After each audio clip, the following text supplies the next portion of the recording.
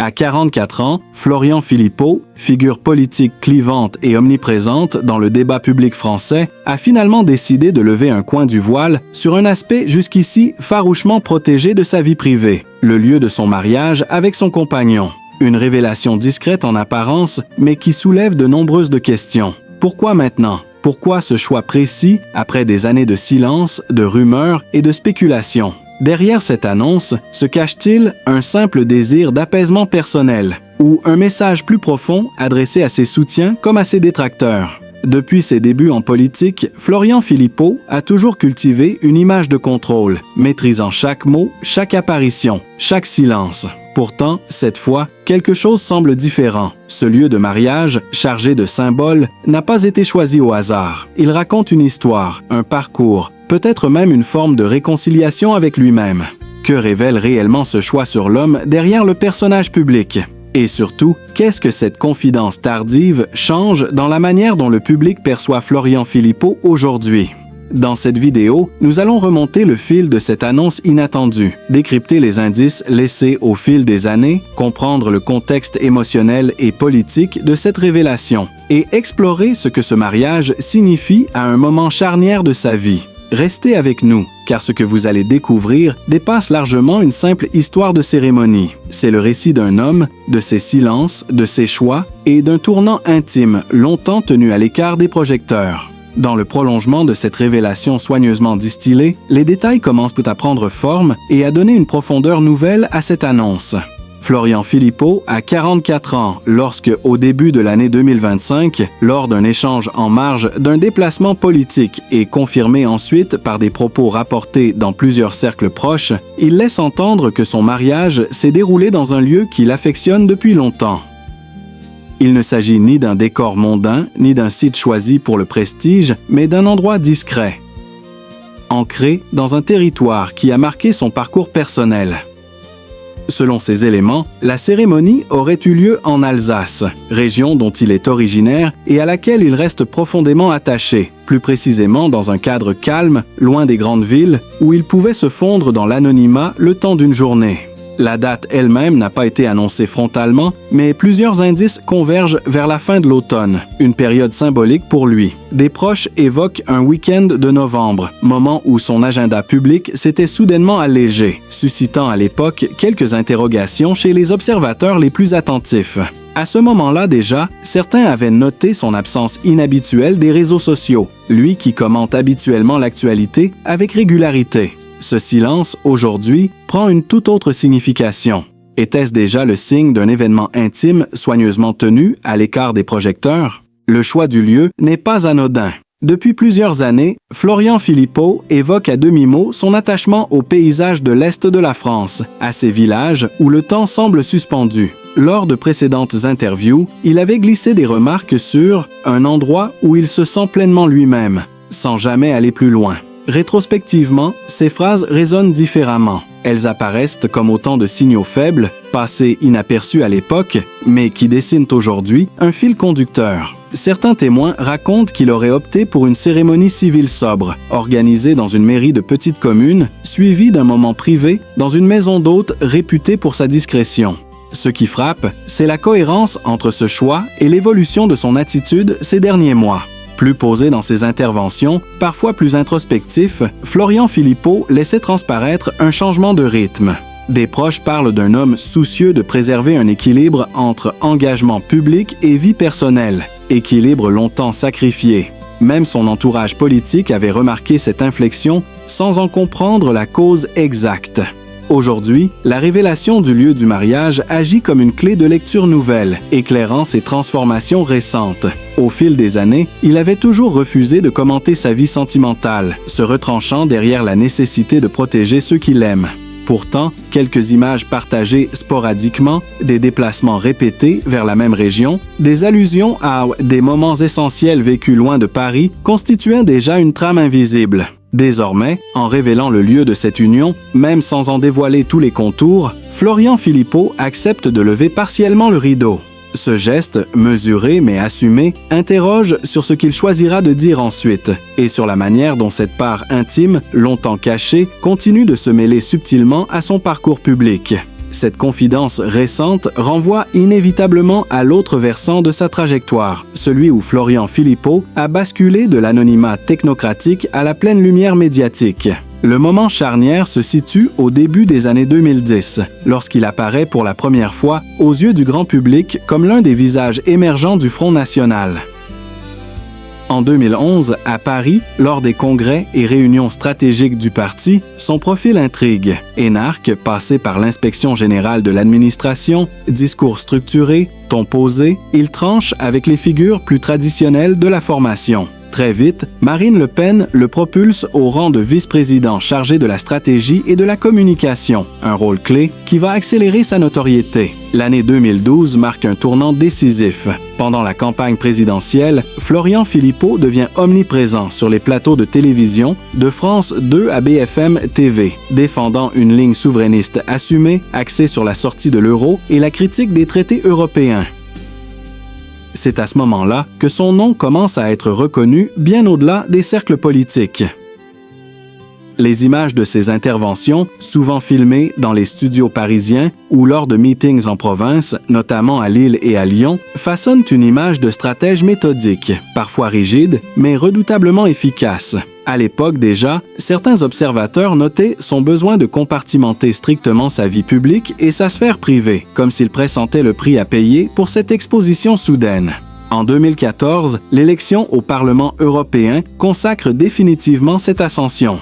Élu député européen et installé entre Strasbourg et Bruxelles, Florian Philippot atteint alors un sommet d'influence. Les couloirs du Parlement, les salles de commission, les conférences de presse improvisées deviennent son quotidien. Il incarne la ligne anti-euro du parti et se retrouve régulièrement au cœur de polémiques très médiatisées. Pourtant, derrière cette réussite visible, des signes plus discrets apparaissent. Ses proches se souviennent de périodes de retrait volontaire, de retours fréquents vers l'est de la France, comme une nécessité de se ressourcer loin de l'agitation permanente. L'année 2017 constitue une autre étape clé, à la fois apogée et fracture. Durant la campagne présidentielle, il est encore l'un des piliers du dispositif stratégique, mais les tensions internes se multiplient après la défaite de Marine Le Pen. La rupture est consommée à l'automne, lorsqu'il quitte le Front national pour fonder les Patriotes. Ce choix, annoncé à Paris lors d'une conférence de presse très suivie, marque à la fois l'affirmation de son indépendance et le début d'une notoriété différente, moins massive mais plus personnelle. Rétrospectivement, certains voient dans cette période une première volonté de reprendre le contrôle de sa trajectoire, y compris sur le plan intime. Ce qui frappe aujourd'hui, à la lumière de la révélation sur son mariage, ce sont les échos entre ces années de succès fulgurants et les silences soigneusement entretenus. À mesure que sa célébrité grandissait, il redoublait de prudence sur tout ce qui touchait à sa vie privée. Des absences inexpliquées lors de certains événements, des refus systématiques d'aborder des sujets personnels, des déplacements récurrents hors de Paris constituaient autant d'indices, presque invisibles à l'époque.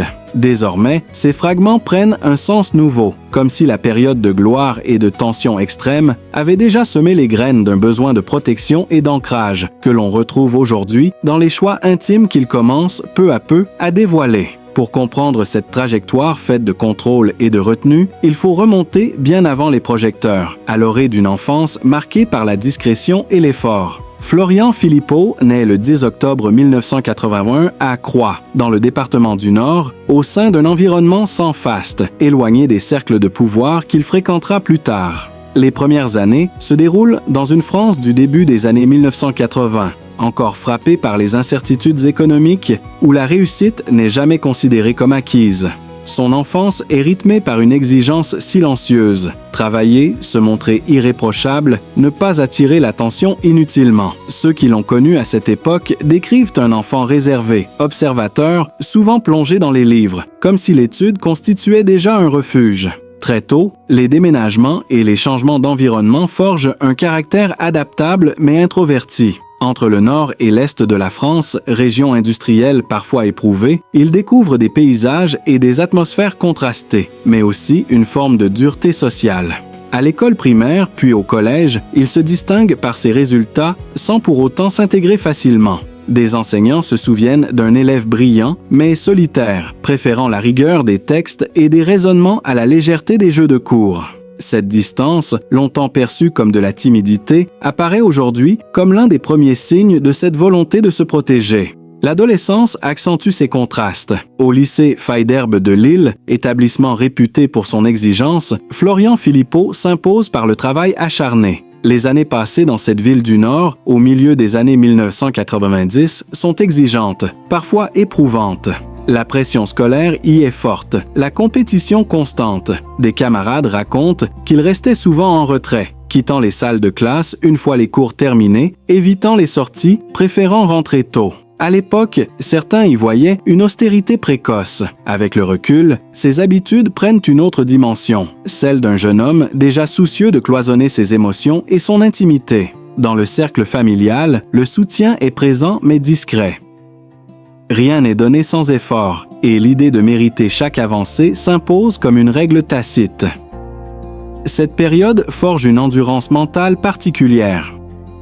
Les difficultés ne sont pas spectaculaires, mais elles s'accumulent. Solitude, exigence élevée, sentiment de devoir toujours prouver sa valeur. Plus tard, lorsqu'il évoquera l'importance du mérite et de la discipline, certains y reconnaîtront l'empreinte directe de ces années de formation.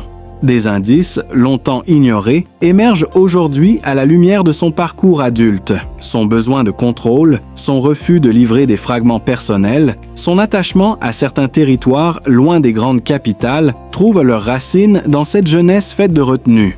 Même son rapport au silence, souvent commenté dans sa vie publique, semble avoir été façonné dès l'enfance. Bien avant la notoriété, bien avant les combats politiques, se dessinait déjà le portrait d'un garçon qui apprenait à avancer seul, à protéger ce qui comptait pour lui et à transformer les contraintes de ses débuts en une force intérieure durable. Cette jeunesse marquée par la retenue et l'exigence éclaire aussi la manière dont Florian Philippot a toujours protégé son cercle familial.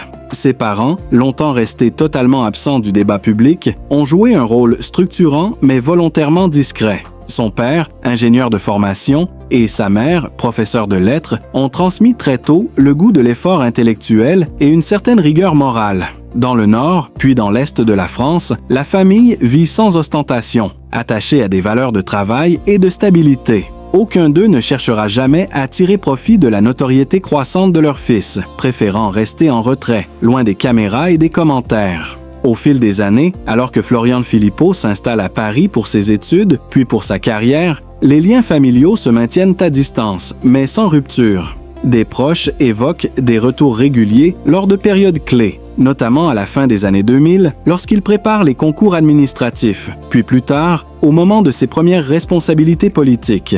Ces allers-retours, rarement médiatisés, traduisent un besoin constant de se reconnecter à un noyau stable, à des figures parentales qui incarnent une forme de normalité face à l'agitation parisienne. Sur le plan de la vie personnelle, Florian Philippot a toujours cultivé une frontière étanche entre sphère intime et exposition publique. Longtemps, aucune information n'a filtré sur sa vie sentimentale, alimentant rumeurs et spéculations. Ce silence n'était pas fortuit. Dans les années où sa visibilité médiatique explose, notamment entre 2012 et 2017, il évite soigneusement toute mise en scène privée, refusant interviews personnelles et portraits trop intrusifs.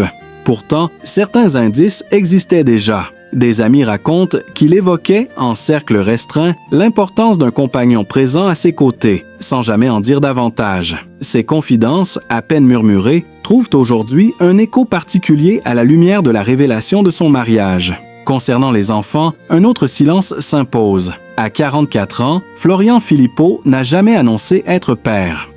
Cette absence de descendance publique a souvent été interprétée comme un choix délibéré, cohérent avec sa volonté de préserver une intimité minimale dans un parcours dominé par l'engagement politique. Là encore, aucun discours explicite, mais des signaux diffus. Lors de certaines prises de parole, il a pu évoquer la notion de transmission ou l'importance des générations futures, sans jamais lier ces thèmes à une expérience personnelle directe. Avec le recul, cette distance apparaît comme une constante.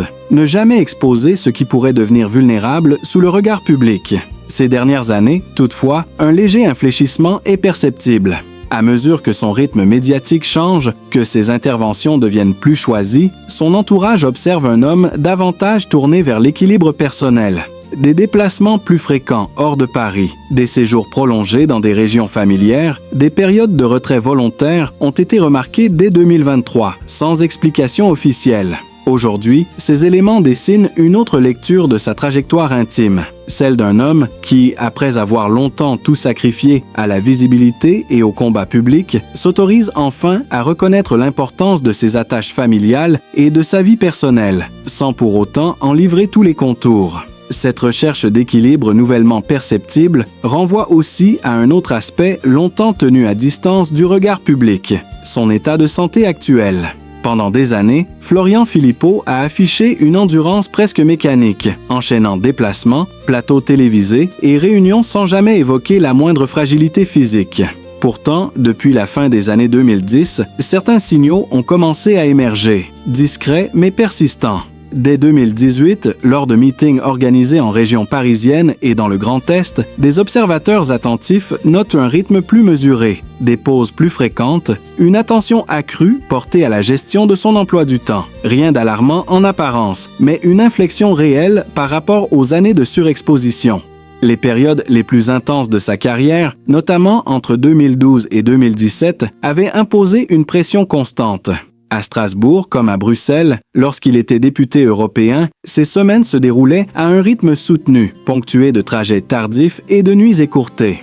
Des collaborateurs de l'époque évoquent aujourd'hui, avec recul, des épisodes de fatigue accumulés, compensés par une discipline rigoureuse. À l'époque, ces signaux restaient invisibles pour le grand public, masqués par une image de contrôle absolu et par une présence médiatique soigneusement calibrée. Ces dernières années, le décor a légèrement changé. À partir de 2022, Florian Philippot apparaît moins fréquemment dans certains formats télévisés, privilégiant des interventions ciblées et des prises de parole en ligne. Ce choix, officiellement stratégique, coïncide aussi avec une attention nouvelle portée à son hygiène de vie. Des proches racontent qu'il accorde davantage de temps au repos, qu'il organise ses déplacements de manière plus sélective, évitant les enchaînements éprouvants. Lors de séjours répétés dans l'est de la France, notamment en Alsace, il aurait adopté des routines plus stables, loin de l'agitation parisienne, favorisant un cadre propice à la récupération.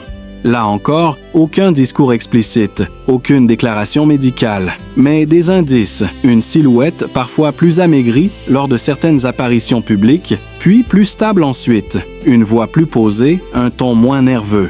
Autant d'éléments qui, mis bout à bout, dessinent le portrait d'un homme conscient de ses limites et soucieux de préserver sa capacité à durer. À 44 ans, l'âge où beaucoup réévaluent leurs priorités, cette vigilance accrue n'est pas anodine. Certains de ses proches évoquent aussi une prise de conscience progressive, née de l'observation de figures politiques ou médiatiques usées prématurément par le rythme. Cette lucidité se traduirait par un recentrage, non seulement sur sa vie personnelle, mais aussi sur son bien-être physique et mental. Les longues marches, les moments de silence, les retraits temporaires du tumulte médiatique deviennent alors autant de gestes discrets, presque invisibles, mais révélateurs d'une nouvelle étape. Aujourd'hui, son état de santé semble stable, sans alerte connue, mais encadré par une vigilance constante. Ce n'est pas la fragilité qui domine, mais la volonté de ne plus s'exposer inutilement à l'épuisement. À travers ses choix récents, Florian Philippot laisse transparaître un rapport différent à son corps et à son énergie, comme si, après des années de tension, il avait décidé de considérer la santé non plus comme une évidence, mais comme un capital à préserver, silencieusement, à l'abri des projecteurs. Cette attention nouvelle portée à lui-même se reflète désormais dans l'organisation concrète de sa vie quotidienne. Depuis le début des années 2020, Florian Philippot a progressivement redessiné son rapport au temps et au lieu. Paris, longtemps centre exclusif de son activité, n'est plus qu'un point d'ancrage parmi d'autres. Il partage désormais son existence entre la capitale et plusieurs séjours prolongés dans l'est de la France, notamment en Alsace et dans le Grand Est, des territoires où il peut évoluer sans être constamment sollicité. Ce va-et-vient régulier, perceptible dès 2023, marque une rupture nette avec les années où chaque semaine était rythmée par des rendez-vous politiques et médiatiques incessants.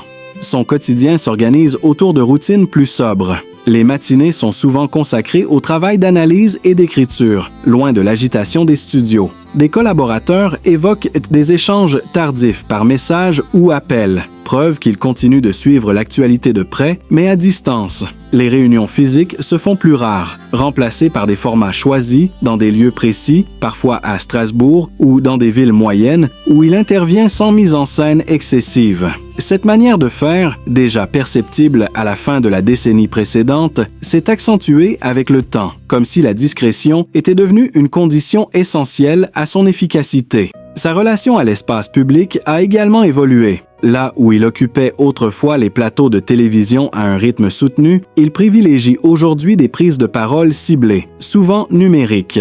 Ce choix, loin d'un retrait total, lui permet de conserver une liberté de mouvement. Des déplacements effectués sans annonce préalable, des présences brèves lors de certains événements, des départs rapides après ses interventions. Autant de détails relevés par ceux qui l'observent depuis longtemps.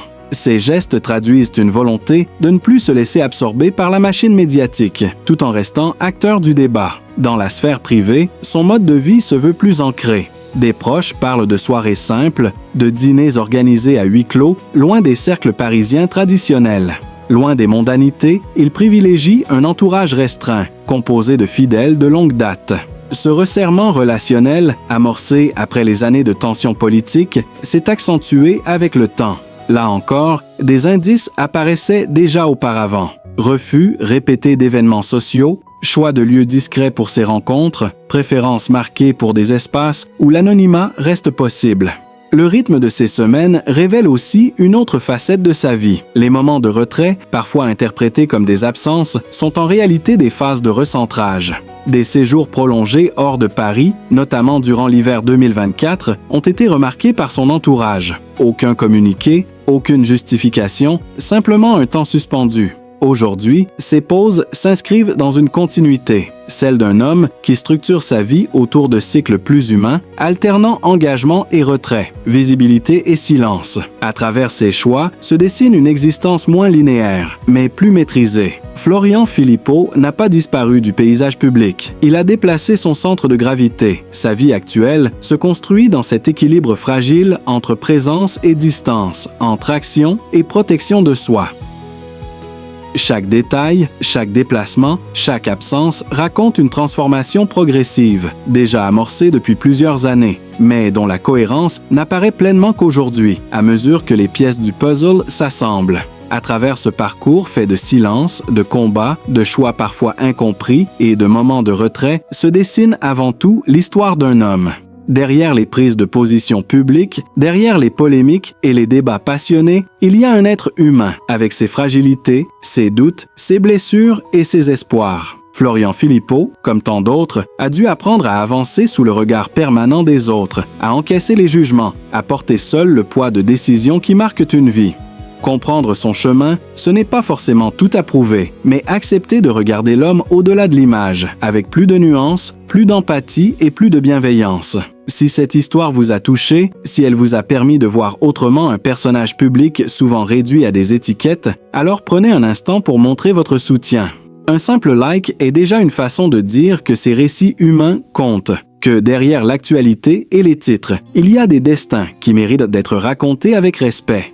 Partagez cette vidéo autour de vous pour inviter d'autres personnes à réfléchir, à ressentir, à dépasser les jugements rapides.